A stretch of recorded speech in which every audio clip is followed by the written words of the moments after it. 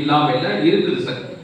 ஆனா அவனை காட்டிலும் 1000 மடங்கு அதிகாரமும் சக்தியும் வல்லமை உள்ளவர் யார் என்றால் ஏசப்பா. கைகட்டி நல்லா விட்ட பக்கத்துல கையை போடுமா.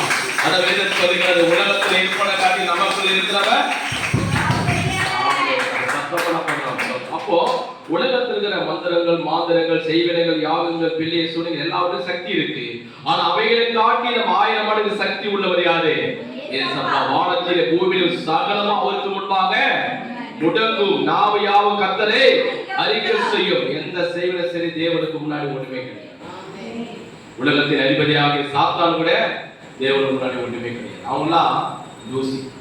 சாத்தானுடைய உலகத்தில் இருக்கிற சாத்தானுக்கு அவனுடைய பேர் என்ன தெரியுமா? சாத்தானுக்கு தலைவர். அவனுடைய பேர் என்ன தெரியுமா? தெரிஞ்சுங்க, நல்லது. அதாவது உங்களுக்கு தெரியாதனா உங்களை கேட்கல, சத்தியத்தை நீங்க தெரிஞ்சுக்கணும். அதுக்காக தான் சில கேள்வி கேட்கிறேன். அப்போ உங்களுக்கு ஆழமா பதிஞ்சிடும். வேற யாரும் வந்து கேட்டாலும் என்ன பண்ணுங்க, உடனே பதில் சொல்லுங்க. தாத்தாவுடைய பேர் என்ன, தலைவருடைய பேர் என்ன? சிஸ்டர் ஸ்லோவா சொல்றேன். என்ன? லூசிபர். அவன் சரியான லூசு. புரியுதுங்களா? அந்த சாத்தான் வந்து லூசிபர். அவன் சாத்தான ஒரு லூசு. ஆனா அவனை காட்டில அதிகாரம் உள்ளவர் யாரு? நமது ஏசப்பா. ஒரு ஆமென் சொல்லுவோமா? அப்போ இந்த செய்வினைகள், மந்திரங்கள், யாகங்கள் ஏசப்பா வந்து இப்ப வாசிங்க. யோவான் சுவிசேஷம் 1:12 வாசிக்கிற கவனிக்க.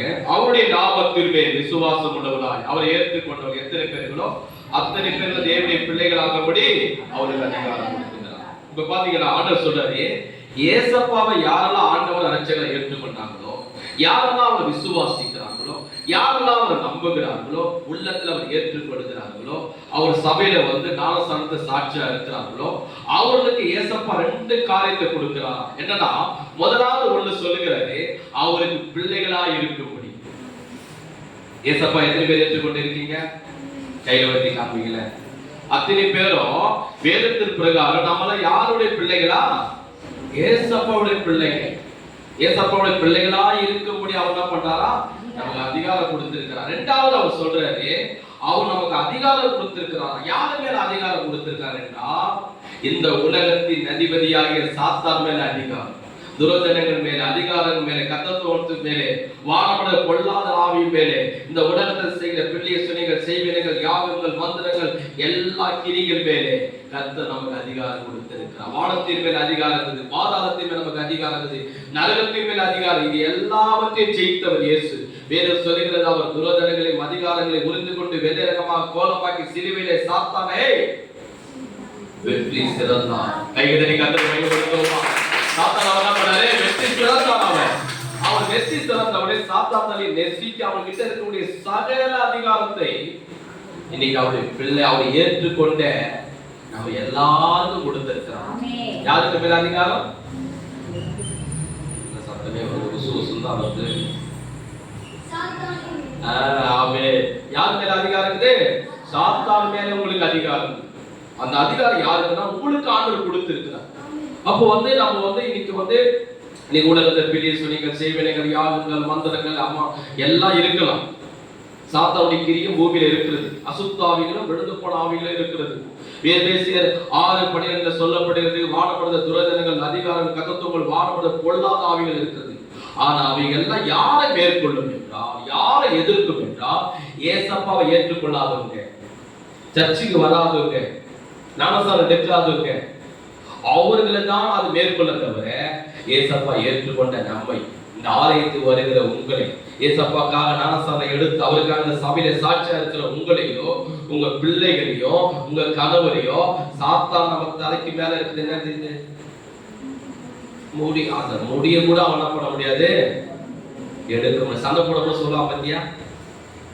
என் முடிய கூட நீ என்ன பண்ண முடியாது. சண்டை போடும்போது பேசுவான் பாத்தீங்களா? அது மாரி சாத்தான் சொல்ல, சாத்தான் என் முடிய கூட என்ன பண்ண முடியாது, கையில் தட்டி கத்தல் வாங்கி நமக்கு ஆண்டு கொடுத்து இருக்கிறார். ஆண்டு சொன்னார் பாருங்க, மார்க்கு சுவிசேஷம் 16:17-18 பாருங்க. மார்க்கு சுவிசேஷம் 16:17-18 நீங்க பாருங்க, இது கவனிங்க. அதனால உங்களுக்கு என்ன சொல்லவன்னா, ஏசப்பாவை நாம் ஏற்றுக்கொண்டதினாலே நமக்கு என்ன, சாத்தான் மேல நமக்கு அதிகாரம் கொடுத்திருக்கிறார். எல்லாவற்றையும் மேல நமக்கு அதிகாரம் கொடுத்திருக்கார். எடுத்து வாசிக்க. சத்தமா வாசிக்க. மார்க் சுவிசேஷம் 16ஆம் அதிகாரம் 17, 18. எடுத்துங்க வாசிக்க. படிங்க, யாராவது படிங்க, சத்தமா படிங்க. நடக்கும் அடையாளங்களாவன, என் நாமத்தினாலே பிசாசுகளை துரத்துவார்கள், நவமான பாஷைகளை பேசுவார்கள், சர்ப்பங்களை எடுப்பார்கள், சாவுக்கேதுவான யாதொன்றையும் குடித்தாலும் அது அவர்களை சேதப்படுத்தாது, வியாதியஸ்தர்கள் மேல் கைகளை வைப்பார்கள், அப்பொழுது அவர்கள் சொஸ்தமாவார்கள் என்றார். போதும். எல்லாரும் ஆமென் சொல்லுவோமா?